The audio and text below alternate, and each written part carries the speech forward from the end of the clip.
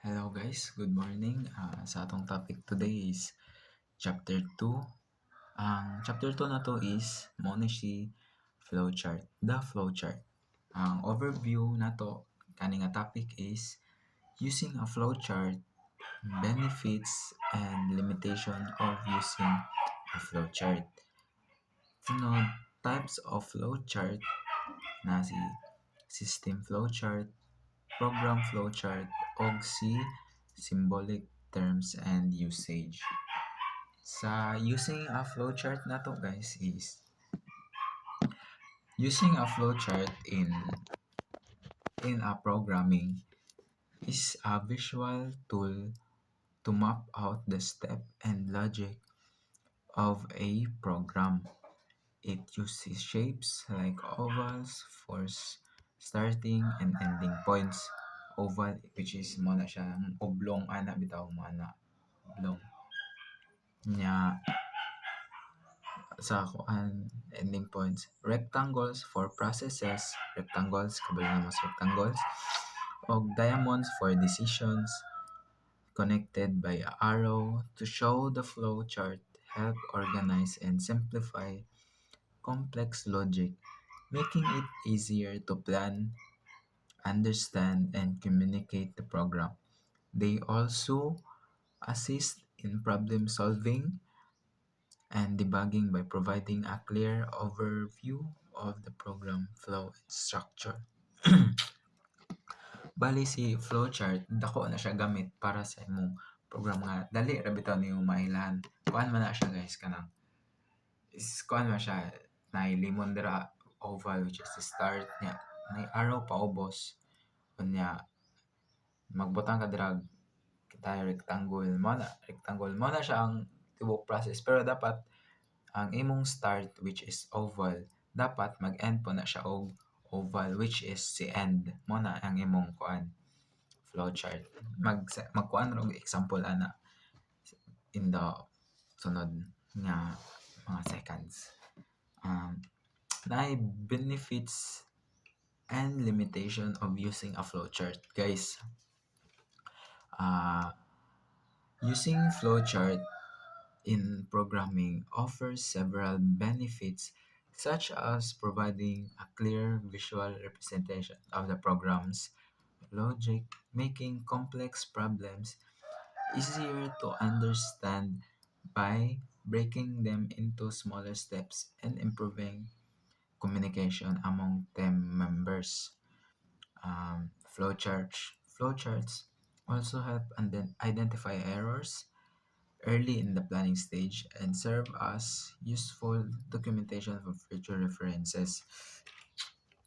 Bali, ang benepisyo sa flowchart guys is kanang dali ra bitaw nimo ma-process ang mga pangbuhaton, dali ra nimo ma-tackle og unsay mga dapat pang buhaton bitaw sa imong code kay ang flowchart is visual representation naman gid nimo guys. Mao na siya ang isa sa benefits, mapadali ang imong kinabuhi. Kuan nya mas makasabot bitaw ka kay di sa isam gina nimo guys imong gitinamban ba kanang mo na siya nga dali ra masabtan og dali ra pud mapangita og solusyon nga kay tungod sa flowchart. However guys, sa iyang limitation kuan siya, they have limitations including becoming difficult to read for large or complex programs, being time consuming to create for every part of a program, and lacking the detailed implementation logic that may be needed. Additionally, flowcharts may not be suitable for representing highly intricate or abstract processes. So, ang iyang limitation lang guys is lisod siya nga lisod nimo buhatan og flowchart tong grabe na complicated bitaw nga mga code nga kanang tag-as na kaayo dili siya pwede day ana guys. So ang pwede ra sa flowchart is kanang mubo ra bitaw siya nga kanang dali ra nga mga kuan dili siya makakaya og kanang mga dagko nga code bitaw kay ang isa sa mga kuan na is time consuming nya grabe ka kuan grabe ka kuan grabe ka complex ang mga program need yun nimo kuan kanang need siya ikat ako ng need nga part kuan lisod siya kanang basahon, lisod na siya basahon tungod sa kataas na nagkalibog-libog na bitaw magkadugay nga kuan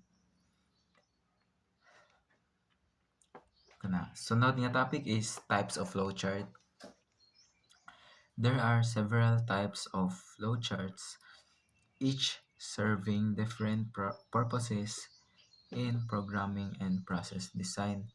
So natay duha ka flowchart atong pakita diri guys, which is si system flowchart o si program flowchart. Si system flowchart is atong number 1 nga i-explain. A system flowchart is a diagram that represents the overall structure and flow of a system, highlighting how different components or subsystems interact with each other. It shows the relationship between various parts of the system and how data or control flows from one part to another. This type of flowchart is often used to map out the architecture of software system, hardware system, or organizational processes. It helps developers, engineers, and stakeholders understand the high-level design and identify potential issues in system interaction or data flow. System flowcharts are particularly useful for complex systems where many components need to work together seamlessly. So, si system flowchart, guys, is kung na siya, mao na siya tong kaning naay kato bitaw naay kuan this kana siya naa si start diha kana which is si akong gingon kay nga oval nya kaning kuan read income kani mali din siya guys kanang nani siya mali ani niya dapat ang input nato diha is isara ay kani dapat si read income o si read cost is kuan na gi sumpay pero kaya siya guys kay itudlo ra nato na sa kuan sunod kani si system flowchart tuod kanang mo ni siya nag-represent sa overall nga structure bitaw sa imong code which is mo na siya tanan na si end na pud si ending diri pero mo na siya tanan mo na siya nga structure dapat imong sundon sa imong flowchart sa imong code. Sa sunod na to system flowchart mo ni siya si program flowchart. Si program flowchart is a type of flowchart that visually represent the sequence of steps or instruction in program or algorithm. It outlines the flow of control through various operations such as calculations, data inputs, decision, loops, and outputs.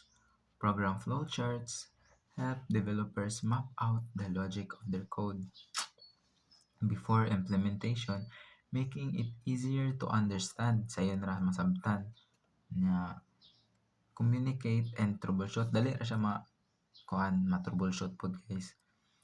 They typically use system like ovals for start and end. So pare-pareha ra sila sa itong isa rectangles so nara and arrows. Program flowcharts are especially used for debugging, planning, and ensuring that the program function as expected.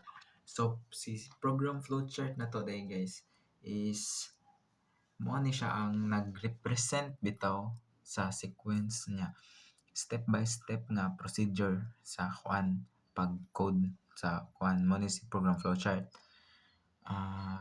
Kuan pod ang program flowchart makatabang na siya para dali ra bitaw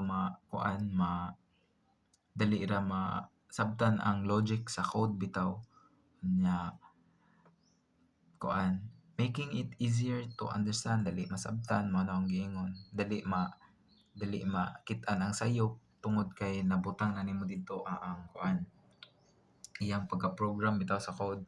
Sunod is kuan kanang kani ang kuan program flowchart useful rin siya especially sa mga debugging, mga plano, mga planning nya kanang i-ensure dayon nga ang program is mo function siya. Mo ni siya ang program flowchart. Si program flowchart nato guys is mo ni siya na program flowchart. Mo na siya si program flowchart na dira si start, si input number, si is number mo na siya ang diamond. So dapat si program flowchart nakita mo nga nag-start sa oblong, pareho ra gyapon sa ubos nga mag-end siya og oblong. Mao ra na siya guys. Sa sunod is symbolic terms and usage. In a program flowchart, different symbol represent various operation na nadiri ang mga operation nga gipanggamit sa mga flowchart ni mga symbol. Mao na ni siya si oval which is si start mo na akong gi-explain na gayna. Unya ang start ug end mo na siya si oval. Unya ang rectangle magamit na siya sa process. The diamond mo na siya tong nay diamond which is nag-indicate og decision. Mo na siya ang naay false na poy true. Mo na siya or yes or no mo na siya si decision. Mo na siya si diamond. Sa sunod, kuan parallelogram represent output ug input. Kato bitong naghiwi nga rectangle guys. Mo na siya ang kuan kanang parallelogram. Magbuhat mo na siya ang kuan sa input or output. Kana sila guys, gi-connect na siya og arrow. Mo na siya ang kuan para di ka maglibog bitaw nga unsa na siya, asa siya magsugod ug asa pod magsugod mag-end ay pag-ana na diri si kuan si parallelogram which is si output or input. Pag-ana nimo dapat connect na siya guys. Dili na siya pwede mo hiwi. Kay aham na nimo ibutang ng hiwi na dito man na ang box sunod. Sa next is for larger charts, these symbols helps clearly visualize and communicate the program's logic. So, akong gingon kay na guys nga need yun siya dapat hinlo po siya pagka-design para dali ra siya masabtan ba mo na siya ang pasabot-an ng mga code. Mo na to sa tanan topic na to sa flowchart guys. Have a good day. Thank you.